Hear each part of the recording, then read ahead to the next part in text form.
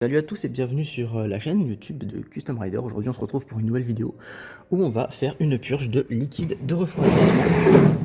Et ensuite on va s'occuper de vidanger la boîte de vitesse car elle a fini son rodage. Donc voilà, je vais la vidanger pour mettre de l'huile toute neuve, donc c'est parti. Donc pour vidanger une 106, alors c'est un peu chiant à trouver si vous connaissez pas, mais là-bas en fait vous avez une petite molette. Juste là au fond là. Voilà, ce petit truc là, le petit embout, même si mon téléphone ne parvient pas à faire un putain de focus. Voilà, ça là. Et bien ça en fait vous le dévissez et ça va automatiquement purger. Du coup vous allez avoir tout votre liquide de refroidissement qui va sortir. Donc on va s'occuper de ça dès maintenant. Alors, c'est un peu galère parce que les accès sous ce véhicule ne sont pas les plus faciles que je connaisse, hein. Mais voilà, on va tenter quand même de faire à bien cette mission. Donc là il suffit juste de dévisser ça. Et donc ça va se mettre à couler. Par contre ça va sûrement en foutre un peu partout. Voilà, vous voyez, ça coule là. Ça coule déjà. Voilà.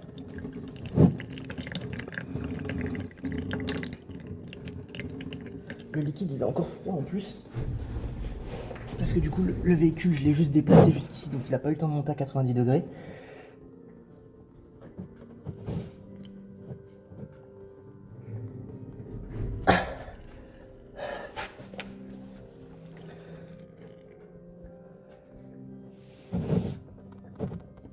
J'arrive pas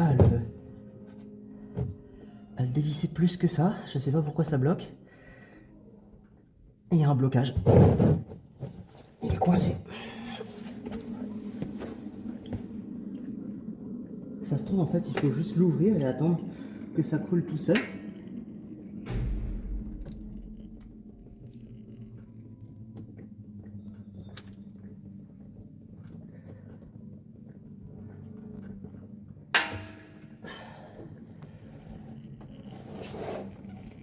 Je ne sais pas. C'est bizarre.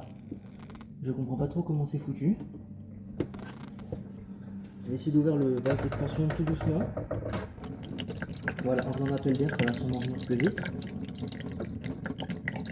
Voilà. Donc on va laisser couler. Je pense que c'est comme ça que ça se fait en fait. Ils ont un système en fait où tu as juste un quart de tour du coup. En fait ça se dévisse pas entièrement, c'est un espèce de quart de tour à moins qu'il soit abîmé. Et du coup ça va juste goûter comme ça, c'est pratique, ça évite d'en foutre partout. C'est pas mal. Alors, je vous montre bien avec la lumière pour que vous puissiez bien voir. Voilà, donc maintenant il n'y a plus qu'à attendre que ça se visse, enfin que ça se vide tout seul. Et ensuite on va procéder au remplissage à nouveau. Alors c'est un peu dommage parce que du coup je pourrais pas avoir le liquide qui est dans le moteur vu qu'il n'a pas tourné à 90 et sinon il faudrait retirer le Calorsta si vous voulez faire une vidange très complète. Dans ce cas il faut retirer le Calorsta. C'est le seul moyen de vidanger exclusivement votre liquide de refroidissement sur la voiture. Mais évidemment c'est un procédé un peu chiant à faire et ça va surtout en foutre partout. Et le Calorsta sur cette voiture, logiquement il doit être quelque part sur le côté. Et il est là. Je vais remettre sur un. Voilà, c'est ce truc là, ici vous avez la durite qui arrive là et votre Calorsta il est juste là en fait. Tout simplement. Donc si vous le démontez, bah vous aurez voilà. Après sinon je peux toujours essayer de masser le tuyau pour ramener plus de liquide. Parce que là j'ai pas l'impression que ça vidange grand chose.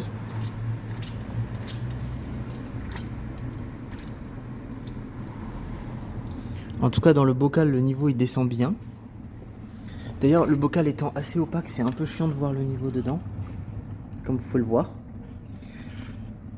Donc voilà, ça j'aurais peut-être dû le changer, mais le problème c'est que vous ne pouvez pas changer juste cette pièce, vous êtes obligé de changer tout le radiateur. Les deux pièces sont en une seule. C'est bon à savoir sur une 106 avec ce moteur. C'est pareil sur le 1,1 litre, il y en a beaucoup d'autres sûrement où c'est pareil, mais en gros c'est une seule pièce. Voilà, c'est-à-dire que si vous changez ça parce qu'il est opaque, vous devez aussi changer le radiateur avec, c'est une seule et même pièce.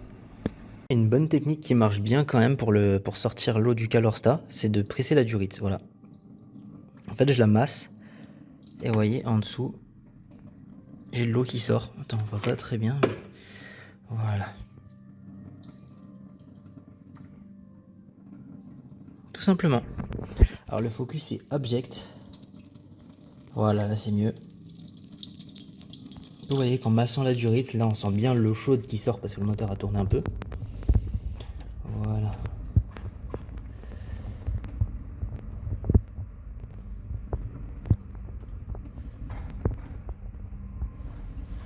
Et donc comme ça vous faites une purge vraiment bien complète. Il ne faudra pas oublier de recontrôler, très important, votre niveau de liquide de refroidissement après avoir roulé. C'est très important parce qu'il risque de baisser. Je vous le dis direct parce que ça peut vous surprendre. Et faites attention aussi au tout début, quand vous venez de le remplir, massez la durite. Je vous montrerai tout à l'heure. Bon alors maintenant que du coup c'est fait, j'ai refermé le petit bouchon. Donc là ça coule plus du tout. Donc je laisse le bac en dessous au cas où il y a quand même des résidus qui tombent. Et donc là maintenant on va mettre notre liquide de refroidissement, le même que j'ai mis dans la Audi. Comme ça, si jamais la personne qui me l'achète va en Sibérie, normalement ça devrait le faire. Mais ce qui est pratique, c'est qu'ils ont quand même mis le bocal dans un endroit pas trop cher d'accès pour le remplissage. Parce qu'en plus j'ai oublié de prendre un entonnoir, donc en vrai franchement c'est pratique comme ça.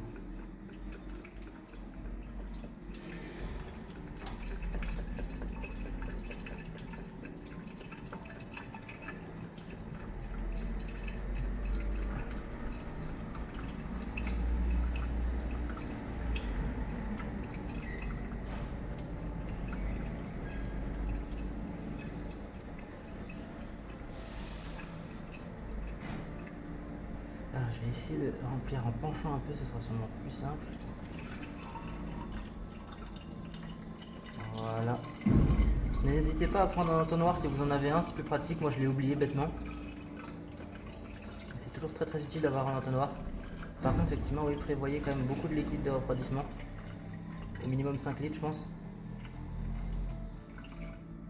Parce que dans tous les cas, vu que tout ce que vous avez extrait de l'intérieur du moteur va y retourner, votre niveau dans votre bocal de liquide de refroidissement va inévitablement diminuer après votre première utilisation. D'ailleurs je vous recommanderais aussi un autre truc, une fois que la voiture a démarré, ce sera de masser. Voilà, là on voit qu'il est plein, donc du coup je vais pouvoir refermer. Alors je vais refermer mon bidon, là je vois qu'il est rempli, mais de toute façon le niveau après il va descendre inévitablement. Voilà, donc là je vais démarrer le véhicule. Et ensuite il va falloir masser les durites pour en fait pouvoir chasser les bulles d'air. Parce qu'en fait vous avez des bulles d'air qui vont se former inévitablement dans le circuit. Et donc pour éviter ça, il va falloir masser les durites afin que en gros votre liquide de refroidissement circule correctement dans votre moteur. Il faut bien masser les durites.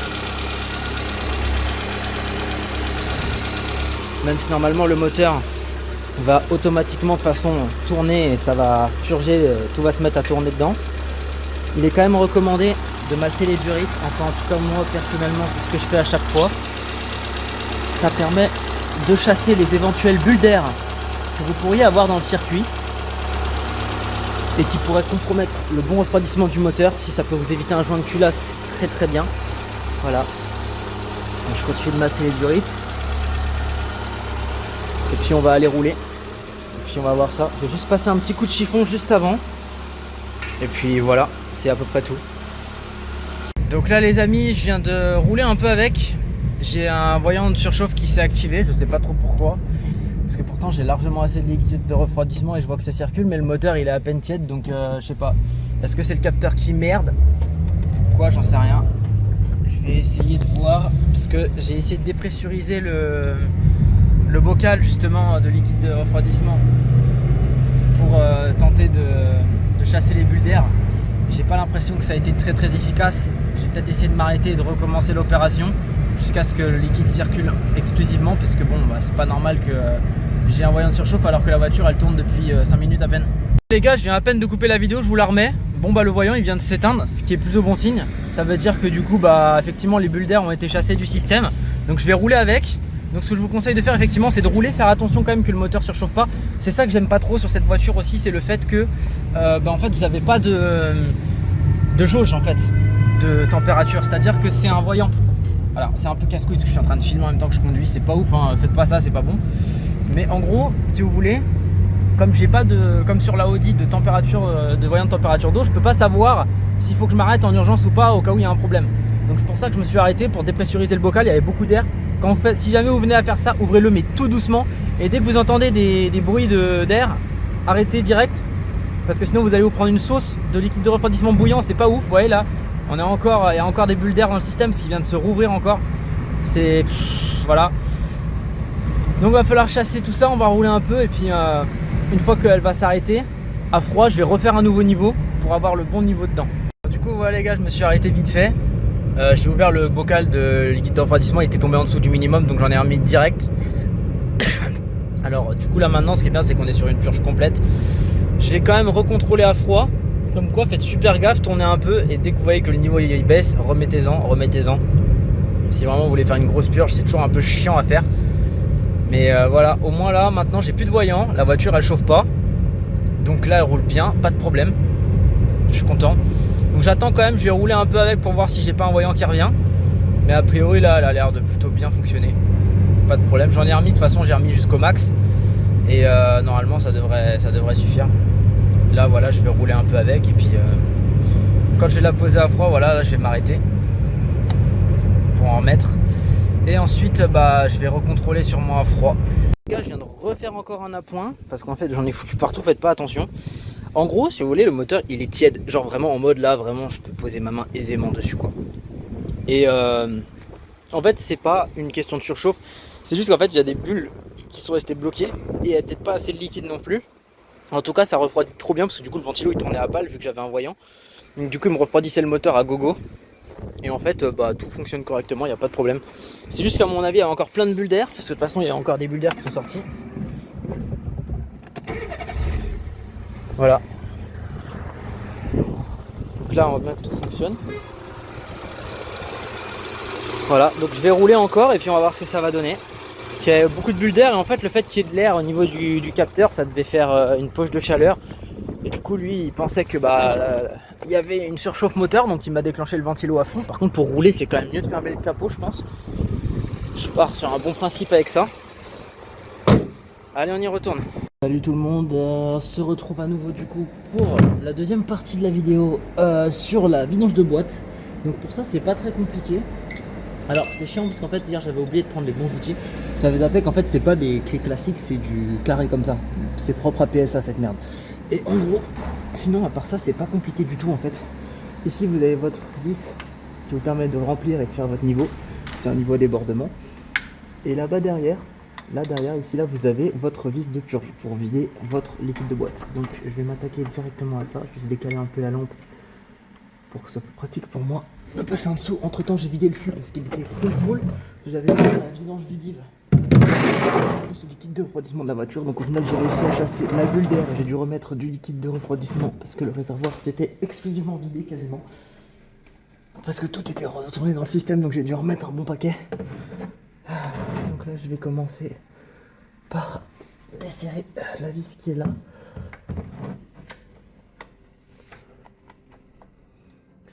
Alors je vais peut-être commencer d'abord par desserrer un peu celle-ci au cas où, parce que je me dis si j'arrive pas à l'enlever alors que je viens de vider la boîte, je suis dans la merde. Donc pour ça j'ai prévu, vu que les clés sont très courtes, j'ai prévu une petite rallonge dans le doute avec une clé à pipe.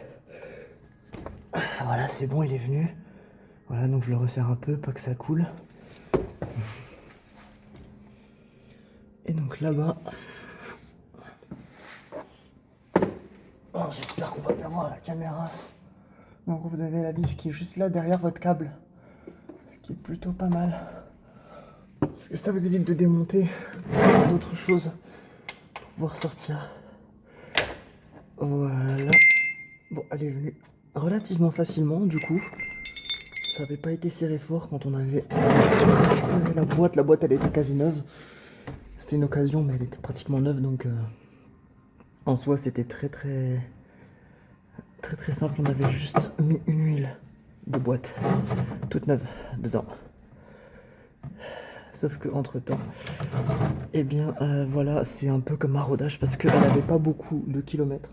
Donc je change l'huile dans le doute parce qu'il doit y avoir inévitablement de la limaille maintenant qui s'est formée sur les bouchons.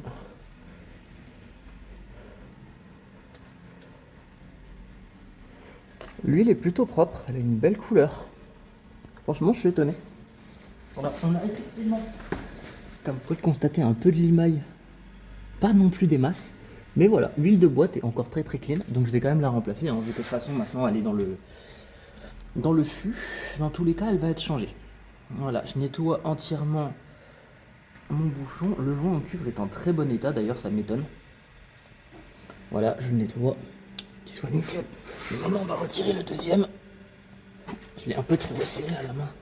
Faut que je remette la clé dedans. C'est pas grave.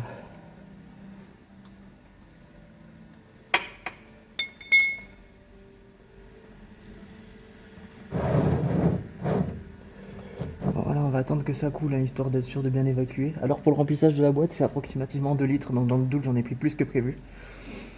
Et comme c'est un niveau à débordement, j'ai un ami qui connaît bien ces moteurs là qui m'a dit, voilà, vous voyez qu'il y a un peu de limaille quand même. J'ai un ami qui m'a dit, faut y aller franco avec l'huile. C'est-à-dire qu'il faut que ça déborde bien.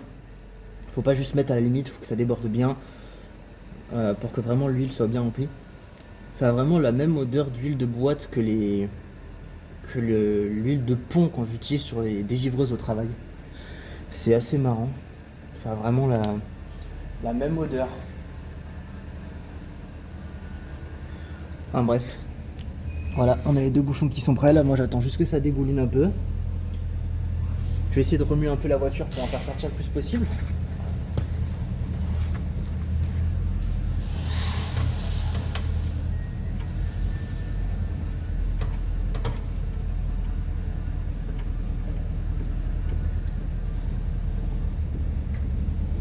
Voilà.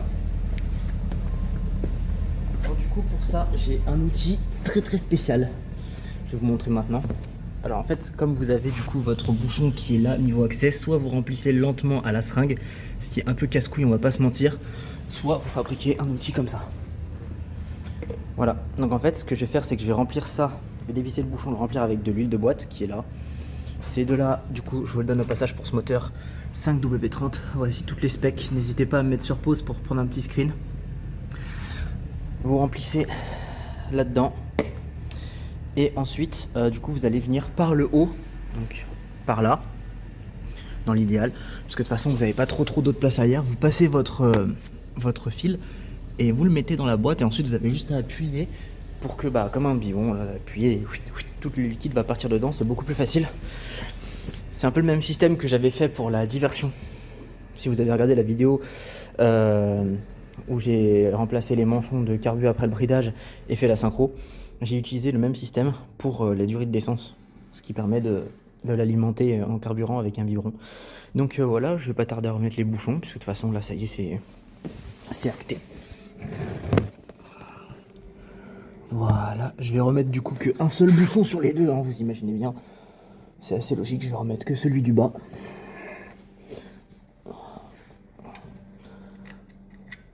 Alors où il est où le trou?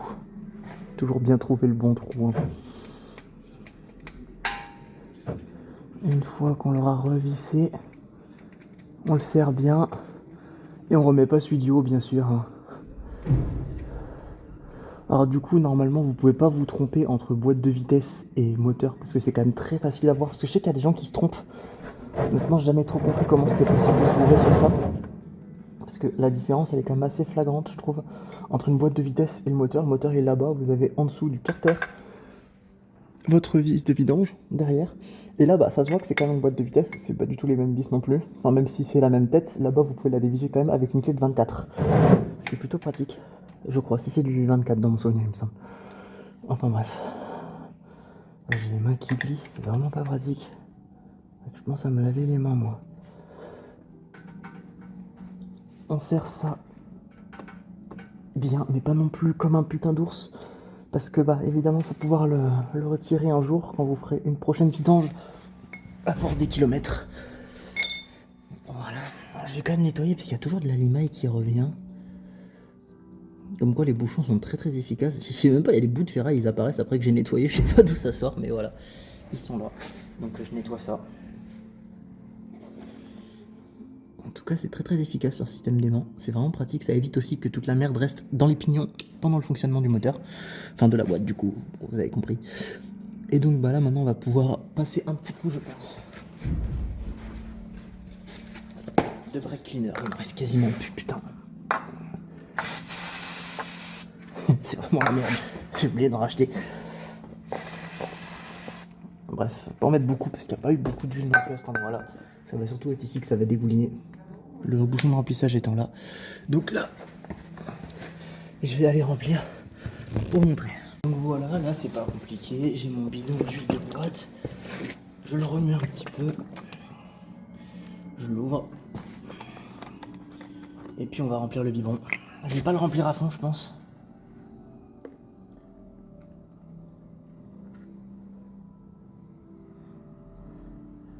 Voilà, ça devrait suffire pour commencer. On a normalement, d'après ChatGPT, 2 litres dans la boîte de vitesse. Donc ça devrait le faire.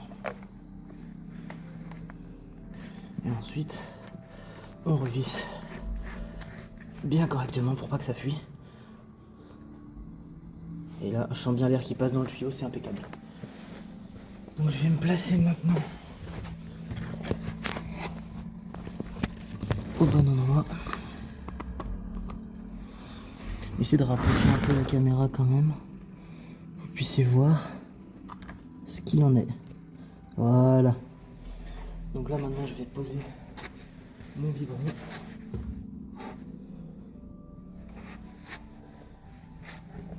Il est sur la batterie et je vais tenter de descendre par là pour le remplissage, avant que je puisse le faire directement depuis en bas, qui sait juste en appuyant. Au pire des cas, il me suffit de remettre mon bidon à l'envers. Le biberon, il me suffit de le mettre à l'envers et normalement ça devrait pouvoir marcher plutôt bien. Ok, c'est parti.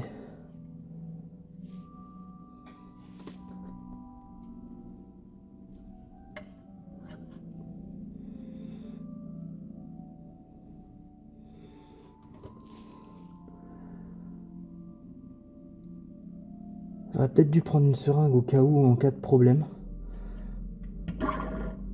J'attends que l'air remonte un peu, parce que bon bah, il n'y a pas d'appel d'air.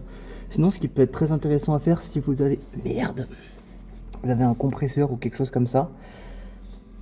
Voilà, ça peut être de fabriquer, enfin, de moins de percer l'arrière du bidon avec et de mettre un plug type air comprimé.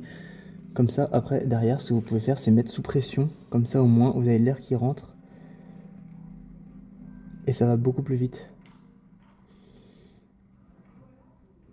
Ça, par contre, c'est chiant, c'est que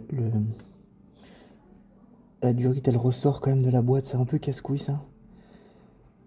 On va laisser l'air rentrer.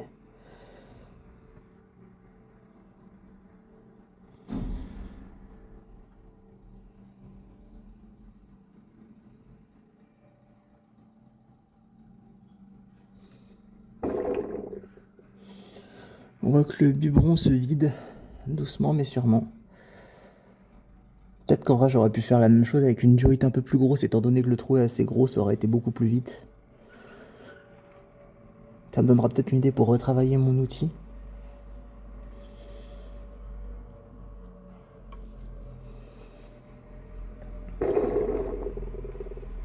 Voilà. Moi, comme j'ai pas de compresseur et pas de prise de toute façon pour alimenter ça, là où je suis, dans tous les cas, je suis obligé de faire comme ça. Mais si vous avez un compresseur à la maison, n'hésitez pas à fabriquer un plug à l'arrière ou n'importe où sur votre biberon afin de pouvoir rapidement effectuer cette opération. Ce qui vous prendra beaucoup moins de temps et beaucoup moins d'efforts. Voilà. Parce que bon, mine de rien, ça prend du temps et ça demande d'appuyer en permanence dessus, ce qui est pas forcément hyper agréable, on va pas se mentir. Ça prend pas mal de temps.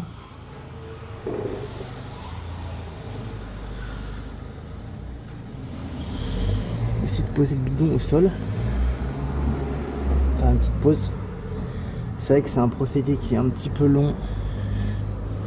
La prochaine fois, je vais sûrement fabriquer un outil similaire avec une durite plus grosse, comme j'avais fait pour la div. Ça va me resservir de toute façon pour la boîte de la Audi, sauf que dans la boîte de la Audi, il y a beaucoup plus d'huile que ça. Donc ça va être quelque chose. Ça, vous le verrez dans la vidéo des cardans.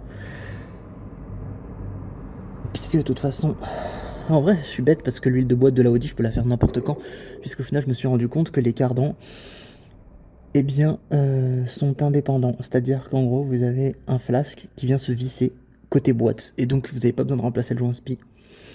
Parce que du coup, bah, vous avez directement une tige avec un flasque qui sort de la boîte. Voilà. Et donc, vous vissez en fait votre cardan dessus. Ça se passe comme ça sur la Audi. C'est bizarre, mais c'est comme ça que c'est fait. Donc, j'imagine que les ingénieurs avaient sûrement une bonne raison de le faire. Ça évite de devoir sortir le cardan côté boîte et donc de vidanger la boîte. Ce qui est plutôt pas déconnant quand on y repense. Donc je vais faire la vidange de la Audi dès que possible. Ce sera une très très bonne idée ça.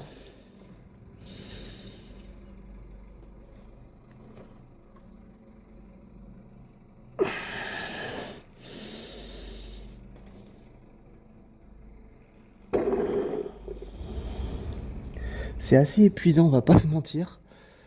Ça fait déjà 5 bonnes minutes que je fais ça là.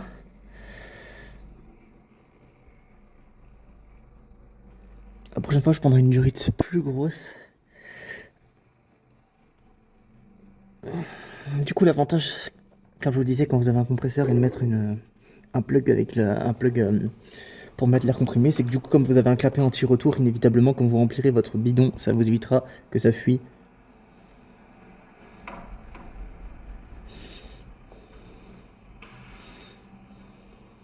Bon voilà les gars, de retour pour la suite, c'est pas encore fini mais deuxième bidon, bien rempli, bien garni, vous imaginez. Voilà. Donc la boîte se remplit progressivement, on continue à remplir.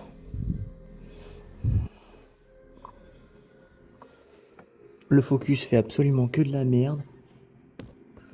Et hop, ça c'est fait, la caméra qui se casse la gueule. Oh, putain. Cauchemar ce focus là. J'ai essayé de faire au mieux pour le focus parce que c'est pas gagné du tout.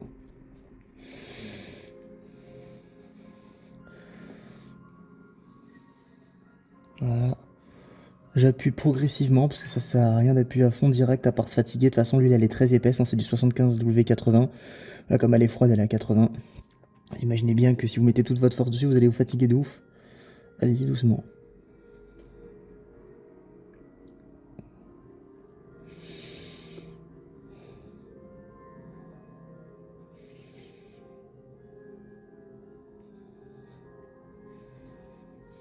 C'est long, hein. C'est très très long comme processus un peu, mais bon.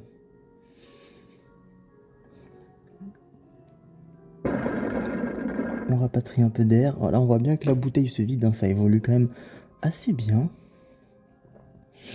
Alors, dans l'idéal, en vrai, je pense que pour ce process, c'est bien d'être à deux. Une personne en dessous qui tient juste la durite pour pas qu'elle tombe, et l'autre personne au-dessus avec le bidon. Comme ça, en plus, vous avez la gravité qui vous aide. Parce que là, du coup, je suis obligé de faire monter le liquide. Parce que si je passe le bidon en haut, il y a une grande chance pour que la durite se barre en fait du trou. Et à ce moment-là, je fous tout le liquide de boîte par terre. Vous en conviendrez, c'est pas ouf.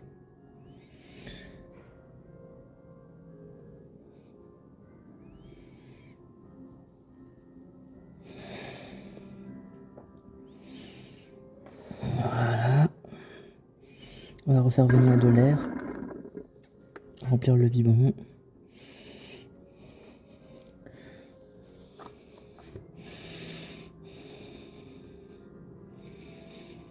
De toute façon, normalement, vu que c'est un niveau à débordement, vous allez voir que là où ça se remplit, ça va dégouliner inévitablement au moment même où ça sera plein.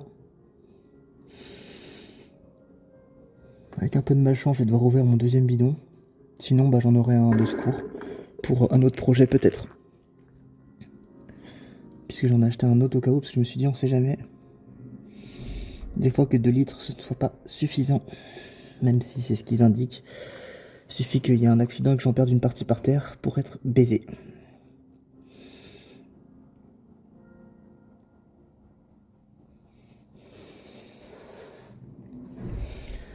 On va ramener un peu d'air encore.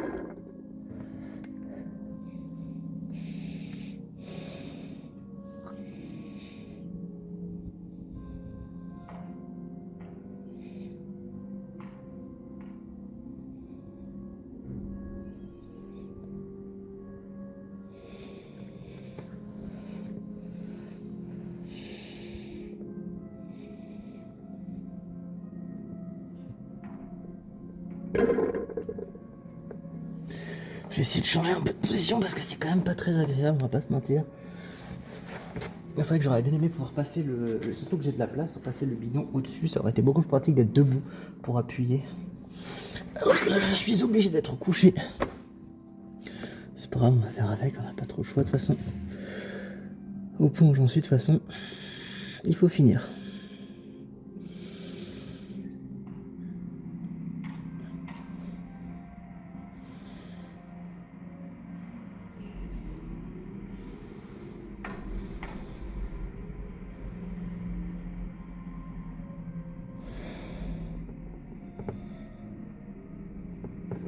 Alors du coup j'ai remis le fût en dessous entre temps.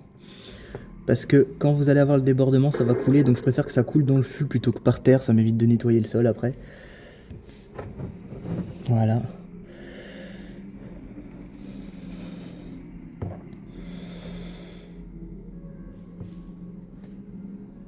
Bon, ça dégouline. Est-ce qu'on aurait atteint le taux de remplissage? Ça, je vois que là ça dégouline un peu. Faut que je regarde. Je vais redresser le bidon pour que le liquide redescende dedans. Et je vais vérifier ça. Ouais, voilà les gens, ça y est, là, comme vous pouvez le voir, il reste plus rien dans le bidon quasiment, il reste juste un fond. Je vais récupérer le tuyau. La boîte vient d'arriver à débordement, donc il me reste plus que ça. Donc là la boîte s'est mise à bien dégouliner, donc j'ai remis mon bouchon. Et là ça a dégouliné effectivement comme vous pouvez le voir, c'est un peu gras. Je vais passer un bon coup de nettoyage. Et ça a dégouliné parce que j'en ai encore là qui est tombé même un peu à côté. Et du coup là j'ai passé à la phase nettoyage, donc j'ai pas eu besoin de plus que une bouteille de 2 litres. Et donc celle-là ne m'a pas du tout servi, elle est même pas ouverte, donc je verrai, soit je la garde, soit je la donnerai à LCRFR si jamais il en a besoin pour une boîte de vitesse, s'il a besoin d'une vidange de boîte sur une voiture, un de ces quatre, peut-être pour moi. Ça fait toujours du stock, et donc maintenant je vais nettoyer avec le peu de brake cleaner qui me reste. Et puis c'est parti, on va faire un essai routier. Voilà les gars, on est en test sur la Peugeot 106, donc du coup il n'y a plus de voyant, plus rien, le niveau de liquide de refroidissement ne bouge plus et les vitesses passent très bien. Voilà. Donc là ça y est, c'est bon, elle est enfin réparée. Enfin réparée. Les entretiens sont faits, tout fonctionne. Donc voilà, on va quand même aller sur un petit parking histoire de taper des vitesses à genre style marche arrière, etc. Voir si tout fonctionne bien.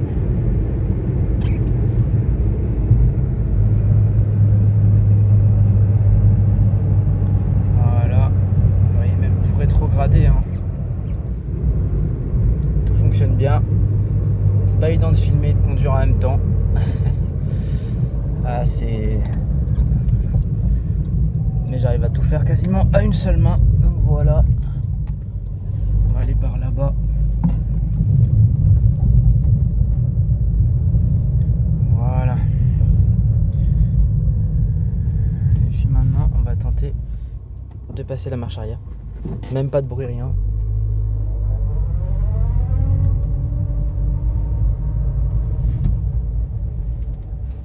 Hop, on va se stationner. Voilà. Et on va repasser une petite première. Et vous voyez que tout marche bien. Donc voilà, ça y est, c'est fait. Maintenant, vous savez que c'est assez facile de faire un changement d'huile de boîte sur cette voiture. Pour le liquide de refroidissement, ça se fait, mais c'est une vraie merde. Donc voilà, j'espère que la vidéo vous aura plu quand même, en espérant que ce soit pas trop brouillon, c'est pas évident. Mais voilà, n'hésitez pas à vous abonner pour me donner de la force. Et puis sachez que du coup je ferai une vidange juste avant la vente, un contrôle technique juste avant la vente, parce que j'ai jusqu'au 31 octobre pour faire le CT dans tous les cas. Et puis après voilà, elle sera vendue. Je vais juste récupérer mon autoradio évidemment. Et puis voilà. Sur ce, mesdames et messieurs, merci d'avoir regardé la vidéo. Et je vous dis à une prochaine. Ciao!